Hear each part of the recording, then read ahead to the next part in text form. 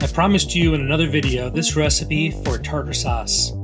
It is easily a fast and simple recipe. In the next 60 seconds, I'll show you how easy and fun it is. You can see the tricks I use to level it up.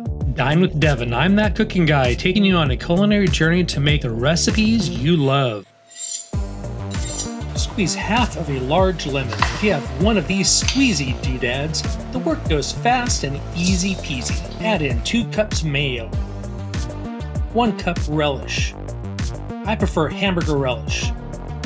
Now keep up 1 teaspoon black pepper, 1 teaspoon granulated garlic, 1 teaspoon dill, 1 teaspoon salt, and 1 teaspoon sugar, then 1 tablespoon of apple cider vinegar. Then blend it well. Taste and adjust the seasoning to what you like. Celebrate the flavors you just created. Before you go, subscribe. Like this video and don't forget, I love coffee. Watch this next video up here now.